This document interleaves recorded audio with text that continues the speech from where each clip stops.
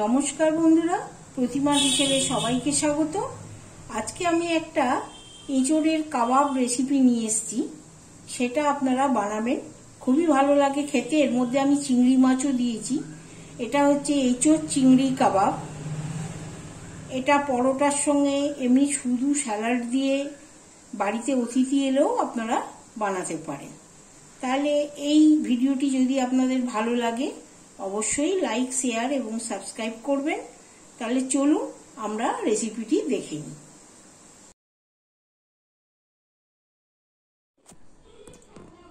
আমি আপনাদের আজকে এঁচোড় চিংড়ির কাবাব দেখাবো। তার জন্য আমি এখানে একটা এঁচোড় নিয়েছি। এটাকে আমি কুকারে নুন আর হলুদ দিয়ে একটু সেদ্ধ করে নিয়েছি, একটু নরমই সেদ্ধ করেছি। আমি এখানে 2 সিটি দিয়েছিলাম, নরমই হয়েছে একটু। আর তার সঙ্গে 2 আলু নিয়েছি, একটা একটু বড় মিডিয়াম, একটা একটু ছোট, 2 আলু নিয়েছি। আর এইখানে একটু ধনে পাতা নিয়েছি, 4টে কাঁচা লঙ্কা নিয়েছি, 8-10 কোয়া রসুন নিয়েছি, আর 1 ইঞ্চি আদা নিয়েছি এইটা। আর এখানে 200 গ্রাম চিংড়ি মাছ নিয়েছি। এটাকে আমি একসঙ্গে বেটে নেব, এই মশলার সঙ্গে আর এই চিংড়ি মাছের সঙ্গে বেটে নেব। তো এইটাকে আমি ভালো করে চটকে, এর সঙ্গে আলু 2টো দিয়ে আমি ভালো করে চটকে নেব।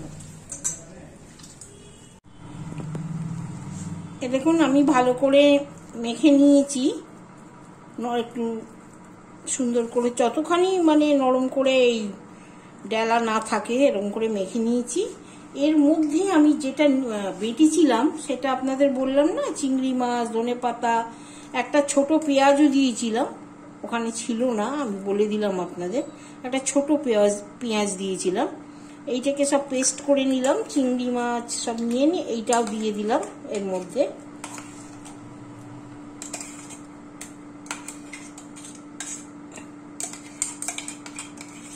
এটাও এর মধ্যে দিয়ে দিলাম।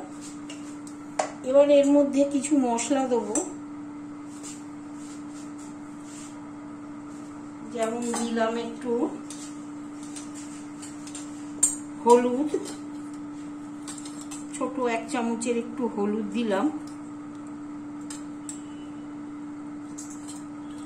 একটু ধনে গুঁড়ো দিলাম,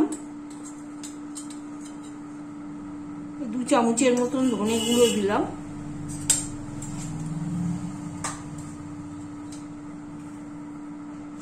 কাঁচা লঙ্কা বেটে দিয়েছিলাম, ওই জন্য কাঁচা লঙ্কা কুচি আর দিলাম না, একটু চিলি ফ্লেক্স দিলাম, এও 1 চামচের মতো। একটু ভাজা মশলা দিলাম, এটাও 1 চামচের মতো।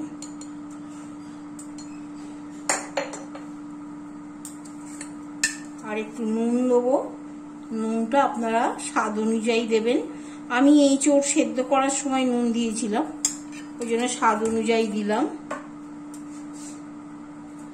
একটা ছোট পেঁয়াজ আমি বেটে দিয়েছিলাম, আর একটা ছোট পেঁয়াজ আমি কুচো করে দিচ্ছি। এটা অপশনাল, নাও দিতে পারেন, তবে দিলে ভালো লাগবে।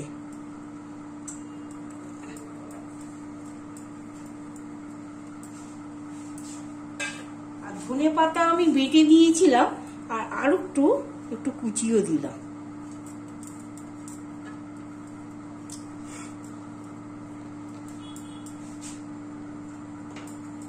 আর একটু গরম মশলার গুঁড়ো, 1/2 চামচ মতো গরম মশলার গুঁড়ো এখানে দিলাম। ব্যাস, আমার সব দেয়া হয়ে গেছে।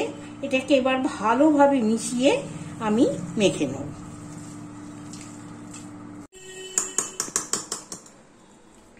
এটাও দেখুন আমার মেশানো হয়ে গেছে।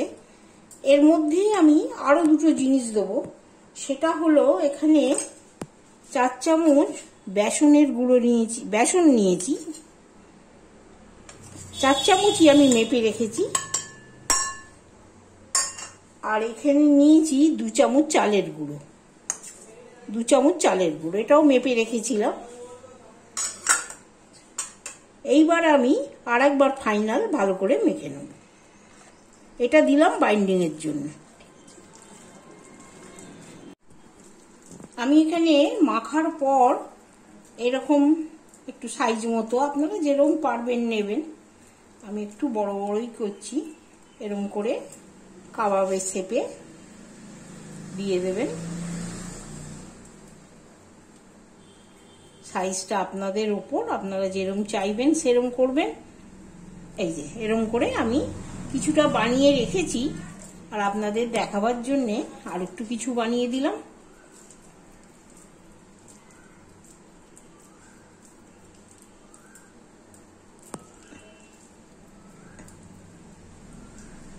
এরকম শেপ করে,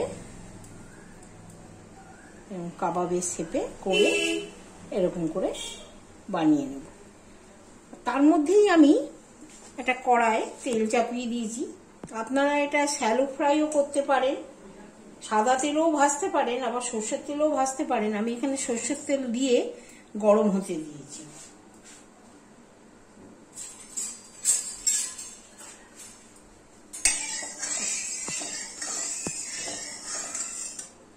একটু গরম হোক, তেলটা গরম হয়ে গেছে। আমি এবার আস্তে আস্তে এগুলোকে ছেড়ে দেব।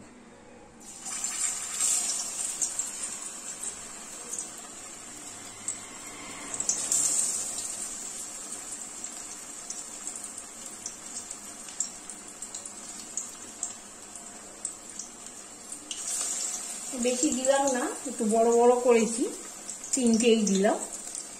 আঁচটাকে আবার খুব হাই করেও দেবেন না এই সময়, আর খুব স্লো করেও দেবেন না, মিডিয়ামে এটাকে আস্তে আস্তে হতে দেবেন। দেখুন মধ্যিখানে আমি উল্টে দিয়েছিলাম একবার, এরকম গোল্ডেন ব্রাউন করে সবগুলো ভেজে নিতে হবে। খুব সুন্দর চিংড়ির গন্ধ বেরোচ্ছে।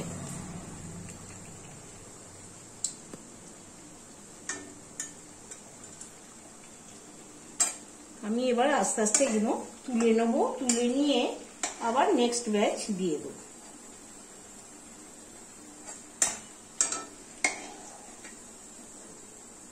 আপনারা টিস্যু পেপারের উপরেও নিতে পারেন, আমি নিয়ে নিই। আমি ভেজে নিলাম,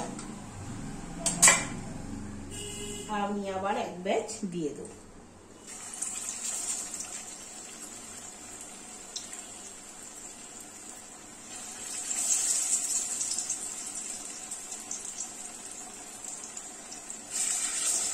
এরকম করেই সবগুলো ভেজে আমি ফেরত আসছি। তৈরি হয়ে গেল এঁচোড় চিংড়ি কাবাব। এটা খুবই সুস্বাদু, চা কফির সঙ্গে তো জমে যাই, তাছাড়াও আপনারা এমনি এটাও খেতে পারেন স্যালাড সস সহ। আমি এখানে 2 রকম সস দিয়েছি, একটা হচ্ছে কাসুন্দি, একটা হচ্ছে টমেটো সস। দুটোই আমার ঘরের তৈরি, আপনারা চাইলে আমি লিঙ্কটা দিয়ে দিতে পারি। তা আপনারা এটা বাড়িতে বানান, ভালো লাগলে আপনাদের মতামত কমেন্ট বক্সে অবশ্যই জানান। আজ এই পর্যন্তই। ভালো খান, সুস্থ থাকুন, আবার ফিরে আসবো অন্য কোনো নতুন রেসিপি নিয়ে।